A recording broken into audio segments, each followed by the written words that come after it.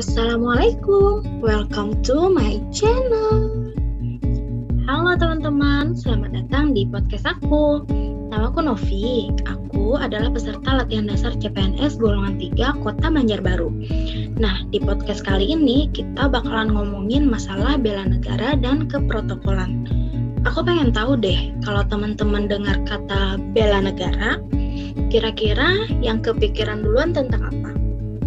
Pasti mikirnya perang kan, terus tembak-tembakan gitu, iya enggak? Ada benernya, ada enggaknya juga sih. Penasaran enggak apa sebenarnya bela negara itu? Yuk diskusi yuk. Nah teman-teman, banyak nih yang nanyain aku gimana caranya kita bela negara. Nah, contoh penerapan nilai-nilai bela negara dalam kehidupan sehari-hari dapat dilihat dari berbagai aspek kehidupan. Yang pertama yaitu aspek ekonomi. Kita dapat menggunakan produk-produk dalam negeri. Dari aspek politik, kita harus mematuhi kebijakan dan peraturan yang berlaku. Kemudian dari aspek sosial, kita harus gotong royong dan tenggang rasa. Dari aspek budaya, kita harus ikut melestarikan kebudayaan bangsa. Dari aspek pertahanan dan keamanan, kita harus menjunjung tinggi toleransi dan menepis radikalisme atau fanatisme. Selain itu, contoh yang lain banyak kok. Misalnya, menggunakan hak pilih dalam kegiatan politik, menjaga lingkungan hidup, meningkatkan kemampuan profesional agar dapat melayani masyarakat, kemudian membayar pajak, mengawal pengimplementasian kebijakan pemerintah, menjaga persatuan dan kesatuan bangsa, serta mampu memfilter pengaruh budaya asing. Terus, gimana ya cara membentuk sikap dan perilaku bela negara positif? Menurutku, cara membentuk sikap dan perilaku bela negara positif adalah dengan membina kesadaran bela negara itu sendiri. Pendidikan bela negara ini menjadi penting karena sudah merupakan kebutuhan yang legal. Secara hukum, menunjuk pada Undang-Undang Dasar 1945 Pasal 27 Ayat 3 yang berbunyi, setiap warga negara berhak dan wajib ikut serta dalam usaha pertahanan dan keamanan negara. Dan Pasal 30 Ayat 1 dan 2 yang berbunyi, tiap-tiap warga negara berhak dan wajib ikut serta dalam pertahanan dan keamanan negara. Usaha pertahanan dan keamanan negara dilaksanakan melalui sistem pertahanan dan keamanan rakyat semesta oleh TNI dan Polri sebagai kekuatan utama dan rakyat sebagai kekuatan pendukung. Selain Undang-Undang 1945, dalam Undang-Undang Nomor 3 Tahun 2002 tentang Pertahanan Negara, Pasal 9 Ayat 1 dan 2 dinyatakan bahwa 1. Setiap warga negara berhak dan wajib ikut serta dalam upaya bela negara yang diwujudkan dalam penyelenggaraan pertahanan negara. 2. Keikutsertaan warga negara dalam upaya bela negara yang dimaksud di ayat 1 diselenggarakan melalui pendidikan kewarganegaraan, pelatihan dasar kemiliteran secara wajib, pengabdian sebagai prajurit TNI secara sukarela atau wajib, dan pengabdian sesuai dengan profesi.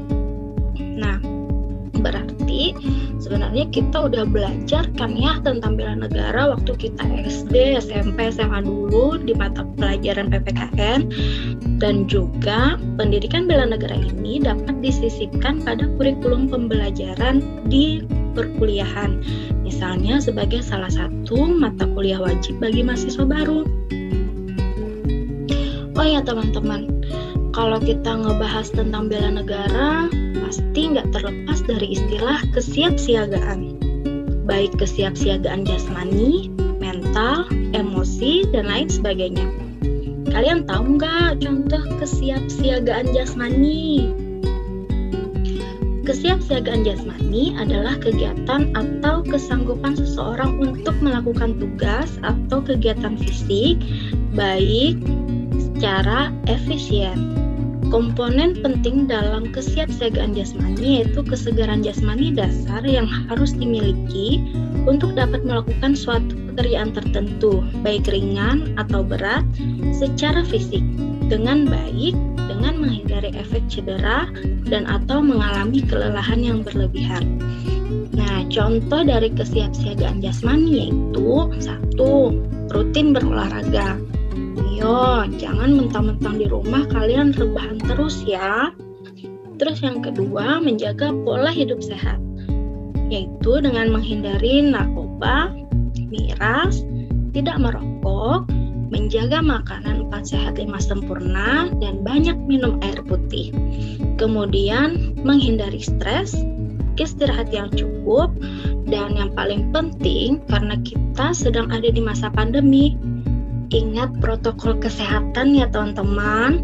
Jaga jarak, hindari kerumunan, tetap di rumah aja, kemudian pakai masker dan cuci tangan. Jangan lupa loh. Selanjutnya kita juga harus memiliki kesiapsiagaan mental. Apa sih manfaat seseorang memiliki kesiapsiagaan mental? Nah, manfaatnya banyak teman-teman. Yang pertama, berperilaku menurut norma-norma sosial yang diakui. Sikap perilaku tersebut digunakan untuk menuntun tingkah lakunya. Kemudian mengelola emosi dengan baik, mengembangkan berbagai potensi yang dimiliki secara optimal, mengenali resiko dari setiap perbuatan, menunda keinginan sesaat untuk mencapai tujuan jangka panjang, dan menjadi pengalaman baik langsung maupun tidak langsung sebagai guru yang terbaik. Oke, next. Sekarang kita ngebahas tentang keprotokolan ya. Soalnya banyak juga nih yang nggak tahu apa yang dimaksud dengan keprotokolan. Ada juga yang nanya, apa sih pentingnya tahu tentang keprotokolan? Ayo, bukan kalian kan yang nanya gitu? Dalam pengertian luas, protokoler adalah seluruh hal yang mengatur pelaksanaan suatu kegiatan baik dalam kedinasan atau kantor maupun masyarakat. Keprotokolan di Indonesia diatur dalam undang-undang dan merupakan serangkaian aturan dalam acara kenegaraan atau acara resmi yang meliputi aturan mengenai tata tempat, tata upacara, dan tata penghormatan kepada seseorang sesuai dengan jabatan atau kedudukannya dalam negara, pemerintahan, atau masyarakat. Tata tempat merupakan bagian dari ruang lingkup keprotokolan. Kata presence atau tata tempat berasal dari bahasa Prancis atau dalam bahasa Inggris present yang artinya urutan. Secara keseluruhan dapat diartikan, presence adalah ketentuan atau norma yang berlaku dalam hal tata duduk para pejabat yang biasanya didasarkan atas kedudukan ketatanegaraan dari pejabat yang bersangkutan, kedudukan administratif atau struktural, dan kedudukan sosial. Pihak-pihak yang berhak didahulukan dalam presence yaitu 1. Golongan Very Important Person atau VIP, pihak yang didahulukan karena jabatannya atau kedudukannya.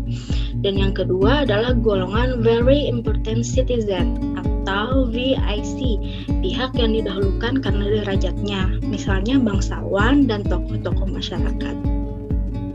Selanjutnya tata upacara. Tata upacara adalah tata urutan kegiatan, yaitu bagaimana suatu acara harus disusun sesuai dengan jenis aktivitasnya. Untuk keperluan itu harus diperhatikan 1. Jenis kegiatan, 2. Bahasa pengantar yang digunakan, dan yang ketiga adalah materi aktivitas. Dalam tata upacara, supaya direncanakan siapa yang akan terlibat dalam kegiatan upacara tersebut, personil penyelenggara, dan alat penunjang lain. Pengisi acara, misal dalam memberikan sambutan, diperhatikan jenjang jabatan mereka yang akan memberikan sambutan.